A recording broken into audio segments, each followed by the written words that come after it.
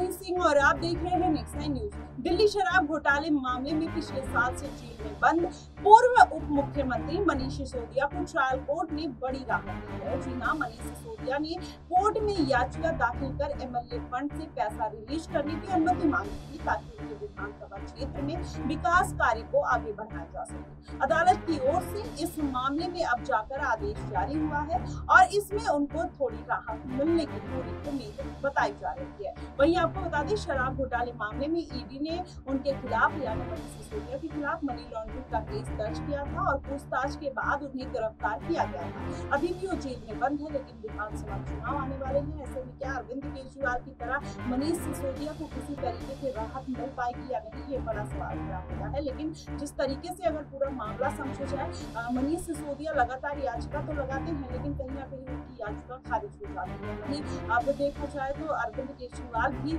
याचिका पर तो याचिका लगा रहे हैं, लेकिन किसी तरीके की राहत नहीं मिली। लेकिन हाँ, उनको लोकसभा चुनाव में प्रचार प्रसार करने के लिए मोहलत जरूर है। वही मोहलत मनीष सिसोदिया भी मांगते हुए नजर आए, लेकिन उनको किसी तरीके की मोहलत मिलने की उम्मीद नहीं जताई गई और उनको विधानसभा चुनाव में अगर उनके खिलाफ कोई ऐसे पुख्ता सबूत उनके वकील की तरफ से नहीं रखे जाते हैं तो जाहिर तौर पर विधानसभा चुनाव में भी उनके बाहर आने की कोई उम्मीद दिखाई नहीं दे रही है। लेकिन वहीं देखा जाए तो मनीष सिसोदिया दिल्ली विधानसभा चुनाव में पड़पड़गंज का प्रतिनिधित्व करते हैं।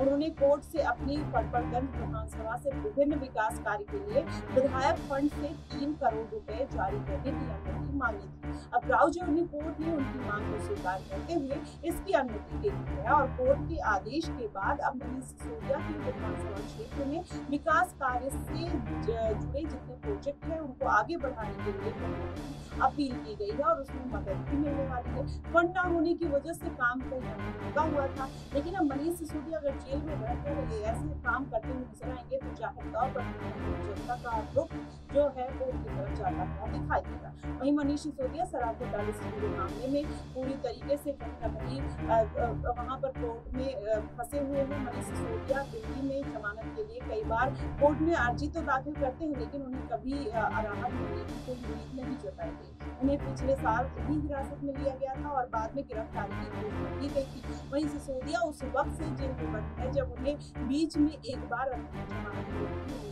थी और लेकिन रेगुलर बेल नहीं मिल सकी। ऐसे में उनकी पत्नी से मिलने को हफ्ते में उनको इजाजत भी है, लेकिन इतना क्या इजाजत उनके लिए काफी है क्योंकि विधानसभा चुनाव सर पर है और वो डिप्टी सीएम रह चुके हैं। ऐसे में तमाम जिम्मेदारियां हैं, लेकिन अब देखा जाए तो एक उम्मीद से अब मनीष सिसोदिया और अरविंद केजरीवाल की उम्मीदें बढ़ती आई। अरविंद केजरीवाल को जब लगा कि इस बार के लोकसभा चुनाव में उनको 21 दिन की मोहलत मिल गई है तो हो सकता है कि इस बार चुनाव से पहले उनको किसी भी तरीके की विधानसभा चुनाव सर पर है। अगर इस बार आम आदमी पार्टी इसमें बेहतर प्रदर्शन नहीं करती है तो जाहिर तौर पर कहीं न कहीं भारत की राजनीति से उसका पत्ता साफ होने में देर नहीं लगती। ऐसे भारतीय जनता पार्टी कहीं न कहीं निगाहें गड़ाए बैठी है कि कब अरविंद केजरीवाल की सरकार मिले और वो दिल्ली की सत्ता पर काबू हो जाए। ऐसे में देखना दिलचस्प होगा कि क्या वाकई में मनीष सिसोदिया 15 जुलाई को जो उनकी सुनवाई है उस पर किसी तरीके की राहत मिलेगी या नहीं,